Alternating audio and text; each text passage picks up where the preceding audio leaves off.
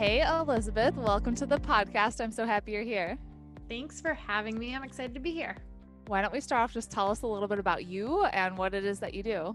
Yes, I can do that. So I'm a business scaling strategist. I've been in the game for about a decade now, but I was introduced to entrepreneurship and business really young because I was raised up by entrepreneurs and business owners, from my parents to my grandparents and all my aunts and uncles. So it's very familiar to me.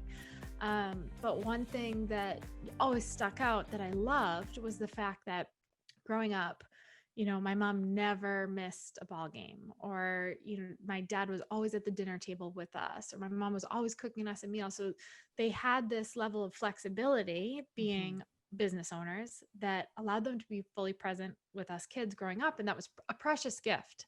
And I didn't realize at the time the difference then, and now in retrospect, I get it, but I didn't realize the difference between time flexibility and time freedom. And what my parents had, that was time flexibility, because I also have pretty vivid memories of, getting up as a little kid, creeping out of my bed at like midnight to either go use the bathroom or get a glass of milk, and seeing the dining room light on kind of dimmed in there, and peeking my head in and seeing my mom with her briefcase open and all her papers strewn across the table as she was working at like midnight to make up for the time that she had invested in her family.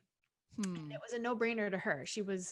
This wasn't something she viewed as a sacrifice, but she did have to kind of pay for it later, because if she wasn't working, she wasn't earning. So although she had the flexibility to shift her schedule around and be there for us, it meant maybe working burning the midnight oil. And that ultimately, like so many things, like you see your parents do stuff and then you want to run in the other direction. So Yeah.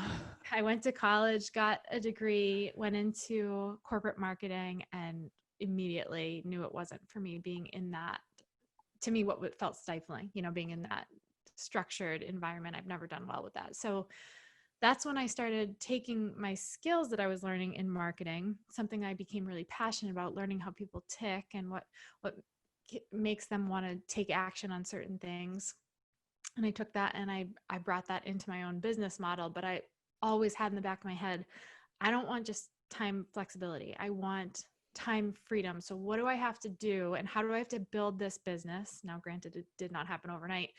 What do I have to do to build this business in a way that it aligns with the vision that I have for my life? Like, how can I structure this business and my income streams and all the things that come with running a business of my own, and ensure that ultimately over time it builds in time freedom, so that when I am present at the ball game with my kids, or I'm at the dinner table, I'm not then having to be up at midnight making up for that lost time in work. So I'm a business scaling strategist, and I help other women primarily. I also work with men to take whatever their skill sets are, their business, something that they've monetized, and really scale it to the next level by building in those passive income streams, by scaling their impact, their income, and their time freedom.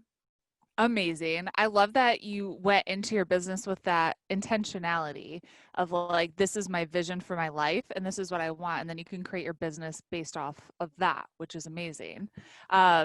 So how do we create a business that gives us that time freedom? Oh man. Well, do you have like 6 or 7 hours? I'll get started. Yeah. The Uh, short version. okay, the short version. The big thing is really building intentionally. So a lot of people, I find that many business owners, and I'm sure that you've seen this too, is they step into entrepreneurship and they say, hey, look at all this quote freedom I have because I don't have to be in this structured space. But the reality is that they're still in a trading time for money model. It's based on their business model that they've created. So either they're a coach or a service-based entrepreneur where their time, it has a value on it. And although it can have a high billable hour, there are plenty of entrepreneurs and influencers and people that I've worked with that make great money when they're taking the stage, but they're not making money unless they're taking the stage, or they're not making money unless they're on the phone with one of their clients coaching them. So how can you build in beyond just taking it from this time for money model and looking at all the different ways you can have a multitude of income streams into your business, and hopefully some of which are passive income streams? Because if there's one thing I've learned about entrepreneurs, is they're really bad at math, because their equation that they have in their head is time plus hard work ultimately will equal freedom. So if I put enough hard work and I let time pass and the compound effect kicks in, someday I'm going to have that freedom. Well, my mom is in her 60s. She's a grandmother. And guess who's still sitting around the dining room table at midnight? You know, when we come to visit with our kids, and she wants to be present with her grandbabies, but then she's got to make up for it later. It doesn't just happen over time. She's one of the most incredibly hardworking, integrity driven, passionate, compassionate people that I've ever met. And 99% of what she does in business, I want to emulate completely, minus that one thing that she never built in, which is the passive income streams. So Mm. the key is saying, all right, what's the vision that I have for my life? What do I want more than anything? How do I want my days to play out? Like, am I actually going to map out, you know, how I want everything to look, how much money I want in the bank account, how much cash flow I want coming in, how much vacation I want to take, what I want how I want to feel, like my level of stress and peace and all those things, like actually get really granular with it. And then back into, okay, what business is going to support that vision? Because Hmm. I can't tell you how many people come to me and say, oh, I want to be a speaker. I want to take all the stages. And then I say, great, describe your ideal day. And they're like, oh, slow morning with my kids.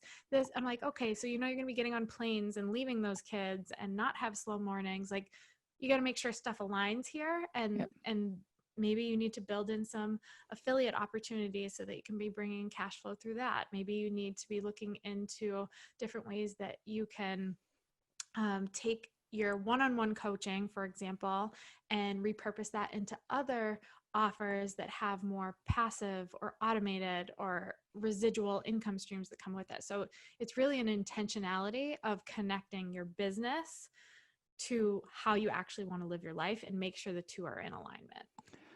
You're speaking my language because I know we have a ton of moms on here that they want to be present, but they want to have a business too. And like that is me to a T of I have two kids. I want to have an amazing business that allows us to make great income and impact, but I want to be mom first. And Sure. so, what are some of those passive income streams? I love this that you would suggest someone start with.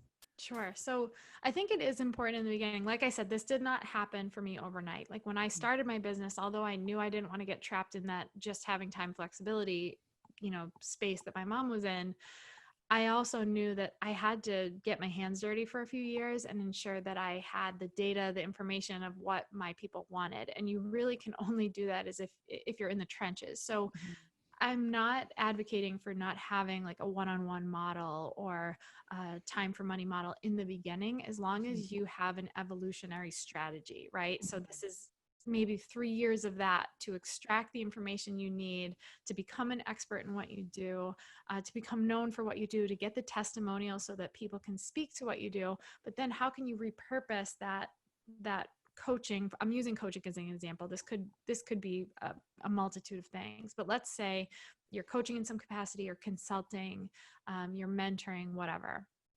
What you want to do is make sure that you're not just off the cuff coaching your people. You're paying attention to how you teach whatever it is you teach. So I don't care if you teach someone how to knit quilts. I don't care if you teach someone how to be more organized in their home. We're all kind of teaching something typically in this space, right? So create a methodology behind it. Create something that you can say, this is my proprietary method. Because once you have that proprietary method, once you've walked people through it, once you get the testimonials, you see what works, you tweak it because you see what doesn't work, Mm-hmm. then you can take that and you can repurpose it into so many different vehicles, different, you know, you can have, say, okay, well, I charge this much for my one-on-one time. I know some people can't afford my one-on-one time and there's only one me, so I can only help so many people in the course of a day. And I want to start moving towards more freedom. Well, I'm going to create a group coaching program using the same curriculum and this methodology.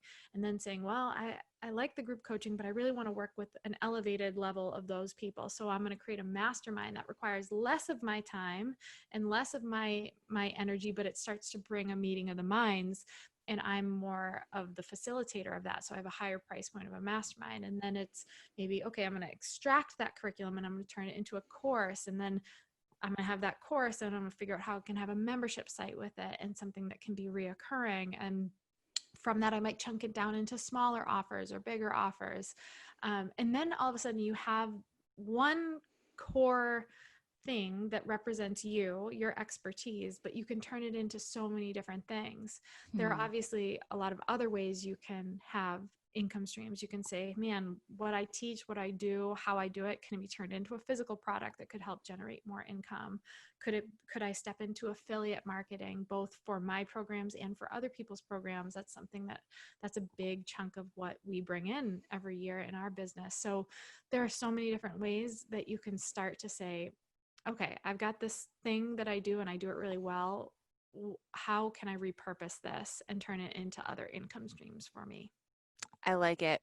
How many income streams should you start? Like, should you just start with five and then like keep adding on, or should you get one down and then like get that solid before you move on to another? What would you suggest? I would say if someone's pretty relatively well versed in what they do, like they're at least several steps ahead of their ideal client. So they know how to do what they do well. I'm not talking about the 10,000 hours to be an expert thing, but they've been doing what they do and they're confident, or they just have like the confidence in it. Maybe what you do isn't like a number of years that you've done it. You've just found like maybe you're a new mom and you're really rocking, getting your kids to sleep. And a lot of other moms out there would be like, how do you do that? Well, you can Mhm. take that skill set, that is a skill, and that's something that you're good at, and turn it into something. So I usually say two is a good starting point, depending on where the person is, because you can have the obvious time for money model in the Mhm. beginning. So you can be extracting that information that you need and testing it and knowing what the market's asking for, and have it's a higher price point, which means you can generate some good cash flow with it. But then I like to see my clients at least turn that into one other thing, Mhm. whether it be going right to automation and turning it into a membership site or a course, or saying, how can I take this thing that I'm doing with one person and turn it into a group type program? Hmm. Because if you start with two, then you're going to get more testimonials more quickly, and see, you're always keeping a finger on the pulse. There's a lot of pivoting that goes into entrepreneurship. Oh yeah.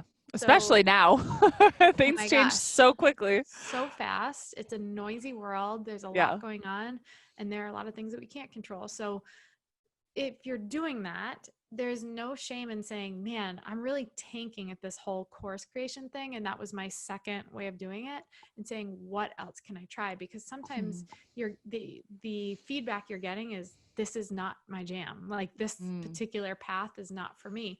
And sometimes a lot of my clients will come into something with incredible expertise and quickly learn that they're really good at something else, and that's what their clients keep asking them for. So they kind of pivot on even what their expertise is and what they're teaching. Maybe they've been doing something for 5 years as a coach or a consultant, or teaching or courses, but they found that when they created their podcast, it really took off. So now they're stepping into teaching podcasting. I mean, there's no limit to what you can do in the online business space, but you just Yep. have to be willing and have the courage to try different things and start small.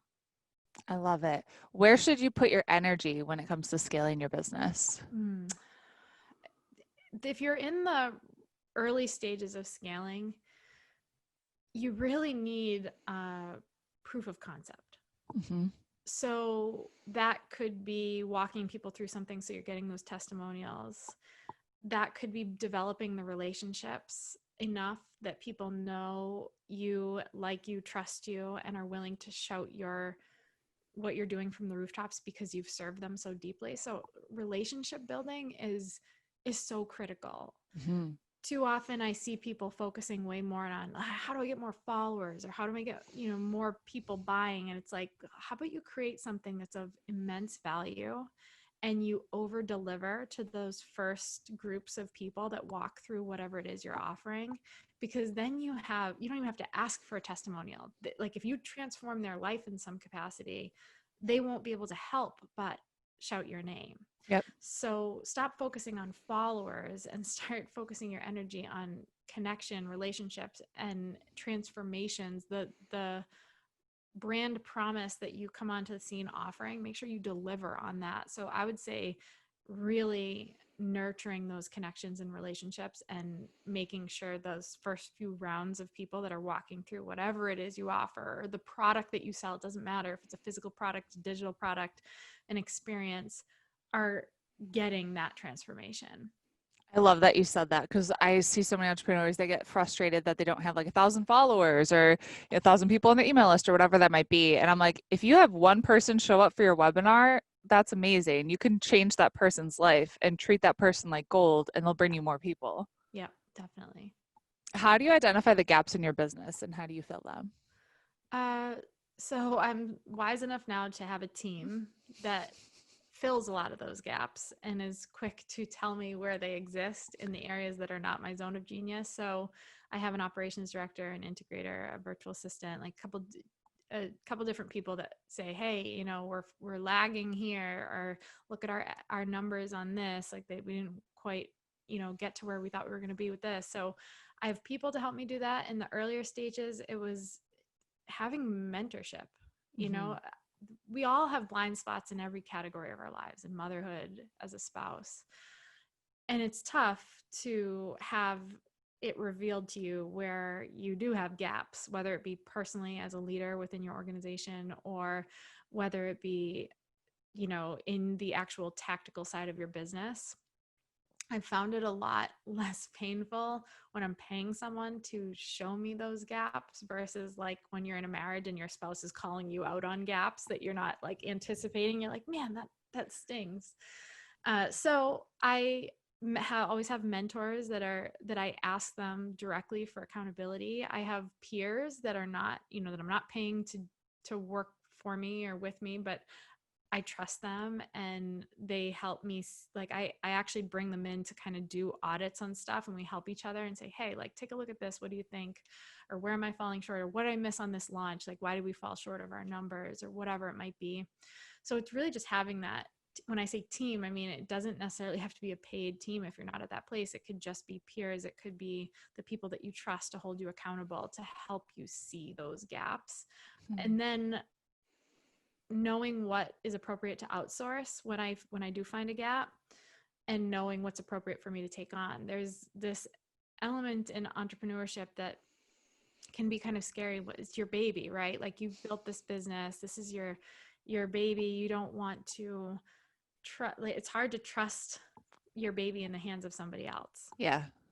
But you're also oftentimes doing yourself a greater disservice trying to be the sole nurturer of that baby, when Yep. really businesses and actual babies thrive in a village. Yeah. And so you're vigilant, just like as a parent, with who you trust your baby with, and you vet that person and you make sure it's the right fit. But when I have those gaps, I know my personal gaps. Like I know I'm self-aware enough at this point of having made so many errors and mistakes along the way to say, yeah, that's a gap, but I'm certainly not the right person to fill it, to fix Mm. it. So I'm going to bring someone in, or to have the courage to say, that one's on me completely, and I can't outsource that because it's something that I have to grow into, and making sure I allot the time to figure that out. Oh, you made me think of two things. When I was hiring Ariana, our virtual assistant, like 3 years ago, one of the things she put on the application that pretty much made me hire her was, I know your business is your baby and I'm going to take really good care of it. And I was just like, oh, she understands.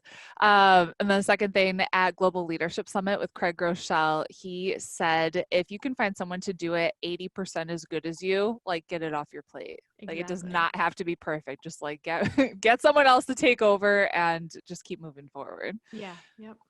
What are the biggest mistakes you see entrepreneurs making and how do you fix them? So, well, a big one I see is definitely not doing market research. Hmm. So, people create in a vacuum a lot.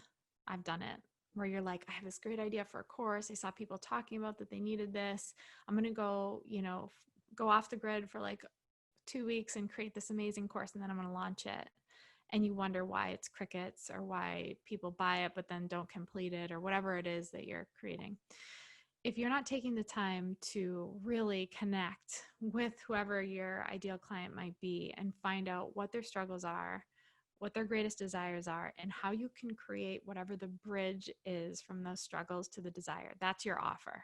Hmm. when you know for certain, hey, these are their big pain points, these are things that keep them up at night, these are things that cause stress or take years off their life or give them gray hairs. And then on the other side, these are the things that they say, phrases like, oh, I wish I could do this, or in a perfect world, it would look like this.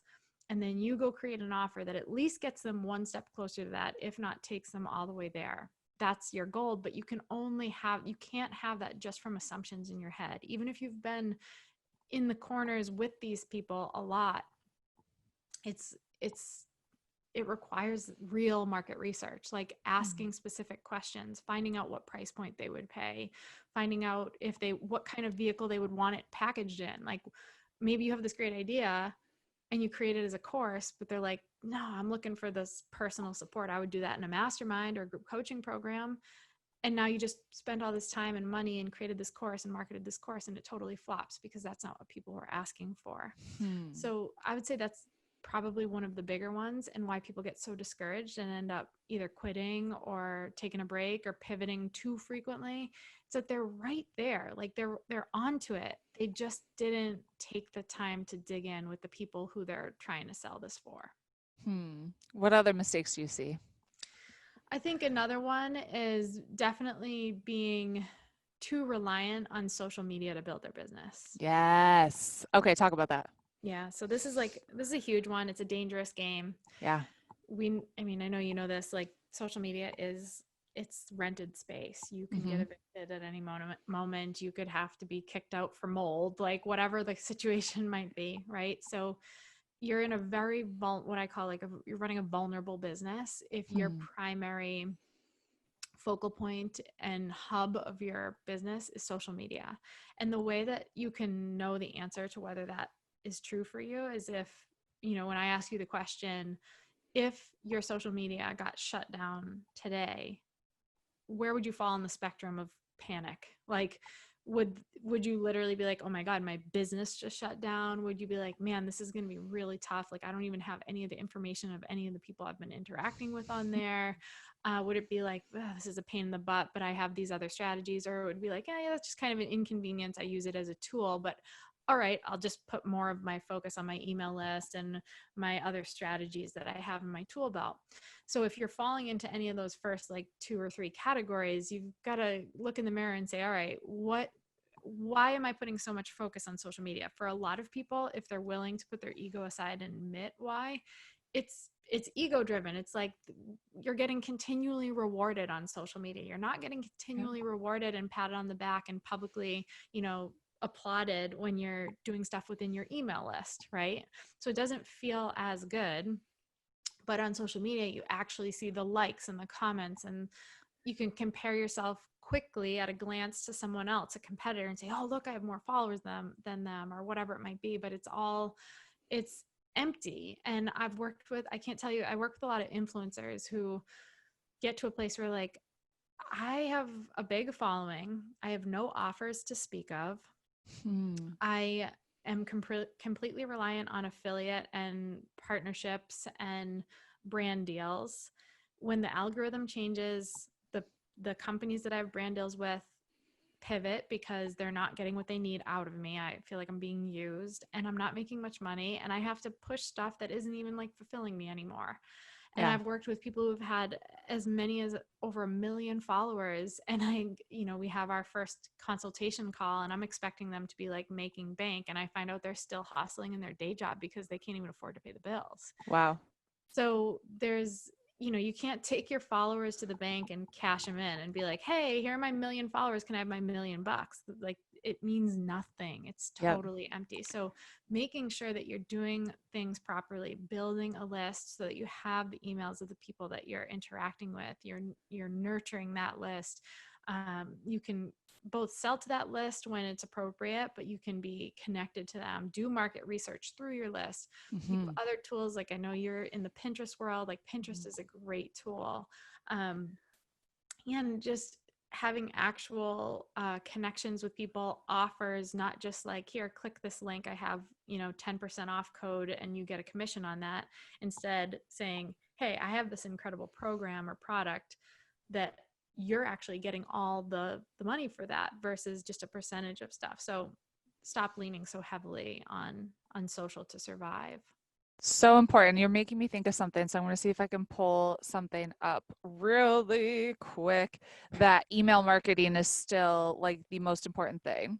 Okay. Highest ROI traffic channels in 2020. Email marketing is still number one, followed by SEO at number two, paid search number three, content marketing number four, social media number five. Yep, there you go. Yeah. Uh, so I love that you said that because I mean, your account could get hacked at any point. I know my mom's account got hacked and she lost all of her Instagram. And I was like, it's a good thing you don't have a business because I like know. you would be screwed. Yeah. Yeah. And a lot of people are like, this is what they consider their livelihood. And it's just so you're like a sitting duck, just waiting Mhm. for something to happen. And it will. It will. It's pretty much inevitable. Yeah. If it's not a hack, the algorithm's going to, I can't tell you how many times I'm like so freaking frustrated in the middle of a launch and, you know, Instagram or whatever tool I'm using to help leverage that launch decides to switch things up. And I'm Mhm. just like, man, it's a good thing that I'm marketing in like 5 other places and in a bunch of other ways because otherwise I would be screwed. I'd have Yeah. no one seeing what I'm saying. Yep, for sure. What's one of the biggest mistakes you've made in the past 10 years of entrepreneurship? I don't know. Take a seat. I'll go through it. It's like, I, you know, I've made all the mistakes I've said thus far. So there's that. I think being lacking confidence Mhm. in what I have to offer and not ensuring that I'm nurturing that part of my quote business. Like I am my business. So if I'm struggling with my confidence or my leadership skills, it literally affects everything. It affects my Totally. social media. It affects my email list. It affects how many sales I'm having. It affects how I nurture my clients that I'm working with at a higher level. Like everything gets affected. So having fear around selling, like I've gone through so many stages, even, 10 years in, I still go through these moments where we're like coming up on a launch and I'm like getting a stomach ache around the thought of like quote selling something and I'm like what am I doing, like this is my gift to the world, like yeah I'm gonna put a Mhm. price tag on it, but this is what I have, like a moral obligation to sell because I believe in the value of what I have, and that all stems from confidence. Like if I don't have the confidence in what I have to offer, it's going to deeply affect the outcome of my bottom line. Mm. And that means putting as much time, if not more time, into nurturing myself as a leader, as someone who develops that confidence, who believes in what they're doing, who knows the value of what they're offering, as much as I am in creating content or connecting with potential clients or whatever it might be, launching. So that is probably the most detrimental one because its tentacles on every single aspect of my life and my business when I'm not fixing and nurturing that part of my world. I think you just became so relatable to everyone listening, and they're like, wow, it doesn't go away when you reach like this certain level. So, what are some things that you do to improve your confidence? I lean on that team again, the right people within that team to help me through that. And man, that's one of my hardest, it's still to this day. I think this is just like inbred into who I am. But I really struggle asking for help, especially when things are really bad. Like when I Mhm. feel really bad, I mean, not things are necessarily falling apart, but in my mind they are. And I just went through this like a couple months ago where I just was really in one of those places. And my natural inclination is like, figure it out, Liz, like work a little bit harder, put more energy in, instead of saying, take a step back and figure out the root of this. So I had to lean on those people in my life that are quick to hold up the mirror and show me the evidence. Like, so I've something I've been doing for the last few years is collecting evidence.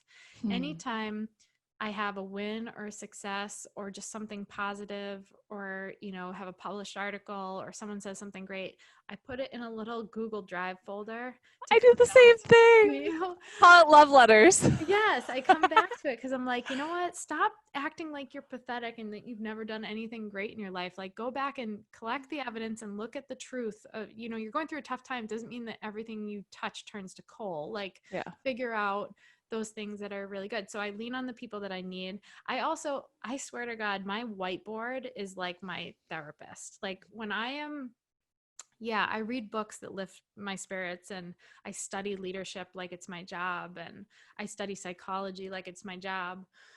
But when I'm really struggling mentally, emotionally, with confidence, I have a massive whiteboard that's like the size of my wall, and I just block the world out for an hour, turn the music on, grab my, dry erase marker, which of course I've grabbed my Sharpies before. That's when you write the Uh-oh. permanent stuff. I'm like, oh crap.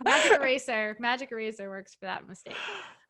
So anyway, I just get inspired again. Like I don't allow myself to look back. I don't even let myself like live in the present moment of struggle. And I'm just like, what is the dream? What do I want to build next?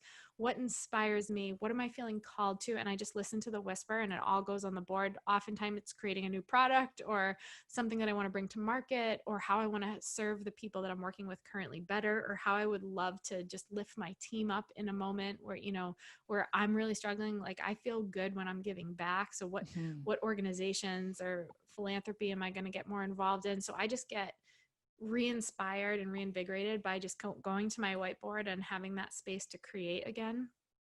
And that really centers me. Like that's kind of how I get back to my true north. I like it. What's one of the best books you've read? I think one of the most powerful books, and I come back to it multiple times a year. And I like it because I'm like kind of ADD. So I love to sit and read, and I love the idea of sitting and reading, but unless I'm on vacation on a beach, like there are always a million other things that I need to be doing too. So I read in short bursts. That's why I like John Maxwell's, he has a workbook around his leadership book. So it's the 21 Irrefutable Laws of Leadership workbook. Ooh. And it's excellent because it's something that you could do in less than 20 minutes a day. He breaks down each of his laws of leadership. I think everything rises and falls on leadership when it comes to business. Yep. And I walk through that workbook regularly, and I come back to it when I'm struggling or when I just need to be recentered. So that to me has been probably one of the most life-changing books that I've used. And plus his actual book, The 21 Irrefutable Laws of Leadership. But I like how the workbook itself breaks it down. I also have been really loving the I loved the idea of reading the Bible. So I started picking up the Bible, and I'm like, I can't read this. Like it is so tough for me to like read that in that language, and it just feels like it's jumping all over the place. So a friend of mine recommended it's like a Bible that puts all the stories in actual order as to when they happened. Mm-hmm.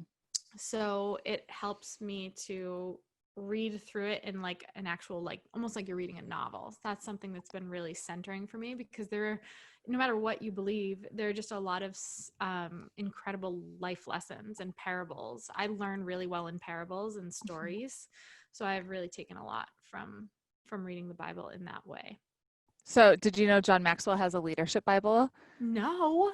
Okay, you're gonna need to get this because he actually, like, every page of the Bible, he basically breaks it down to like the leadership lesson and a spotlight on who. Forget about it. I'm all over I that. know. I didn't know that the 21 Irrefutable Laws of Leadership had a workbook, so I'm getting that Yeah. because I love John Maxwell and I've read so many of his books, and I'm like, how did I not know he has a workbook? This is Oh my amazing. gosh. I'm gonna be ordering that as soon as we get off of this I call. love it. What does it mean to you to make an impact? Lately, it's really been, for a long time I thought it was about just the people that I was serving or that I somehow came into contact with. And then I started to realize, as my kids are still pretty young. I have a 5-year-old, a 3-year-old, and a 1-year-old. But Oh, you're busy. yeah, life is straight chaos, but that's fine. Um, I started to notice myself shifting how I felt like impact really mattered to me. Hmm. Whereas before it was like, I've got to get this program into more hands because that's how I will increase my impact. And then I realized it was like, my impact is really going to go the farthest based on how I raise up these babies. Mm-hmm. Almost kind of going back to the Bible for a second, not to be preachy again. I feel like this applies to anyone, whether they are Christian or not. when you look at what Jesus did with the apostles, he could have tried to go preach his message to as many people as he possibly could. Hmm. But instead, he built a real relationship and taught deeply these people, a small group of people who went on to pass that message to more and more people. Mm-hmm. And that's how I feel about my children. It's like, yeah, I'm doing that in my business, but I better make sure that I'm doing it in alignment with how I want to live, with my values, with my level of integrity that I want to have, and the example with which I want to raise my children, Hmm. because they're going to be my impact ultimately. Yeah. And if I ever come to a place in my life where I'm like, look at all these things I've done and all these books I've written and all these stages I've taken, but I didn't pour into those kids in the way that I really have been called to, none of it would be worth it to me. So Hmm. it's making sure that as I build this business, I'm building something that really is me, that is totally in alignment with me, my values, my vision for my family's life, and incorporating all of that, and building specifically, kind of going back to the first thing I talked about at the time for my model, building a business that actually supports my ability to raise that next generation of leaders, not just create content that someday my kids can read by me, actually being present with them every day and teaching them these principles so that they can go teach those principles in whatever capacity they want to, go into in their lives. So that's, to me, that's impact. It's not really about me anymore. It's about those babies. You gave me chills when you were talking about that. Oh man, I agree with you 100%. And I love that you said all of that. So good. Where can we connect with you? So my website is elizabethhartke.com, and my last name is spelled Hartke. So you can come connect with me there and see what's going on in our world. I'm also on Instagram at Eliz Hartke, Eliz Hartke, and then my podcast is Scaling Up. So anyone that's interested in hearing how I'm helping business owners do a lot of what we talked about today, you can check out the podcast. But I actually have something for your audience at elizabethhartke.com/future. And that's kind of breaks down a lot of the stuff we talked about today, which is getting granular with how do you want to grow in your life? Where do you want to go? What do you want your days to look like? And how can you then align the business that you're building with that vision for your future? So it's just this free little, it's not so little actually, this free process, future forecast formula that I created for my clients that I'm happy to share with your people. Amazing. Elizabeth, thank you so much for being on the show. I just really appreciate getting to know you a little bit more and having you just share your tips and your wisdom with us. So thank you. Thank you. It was so great chatting with you.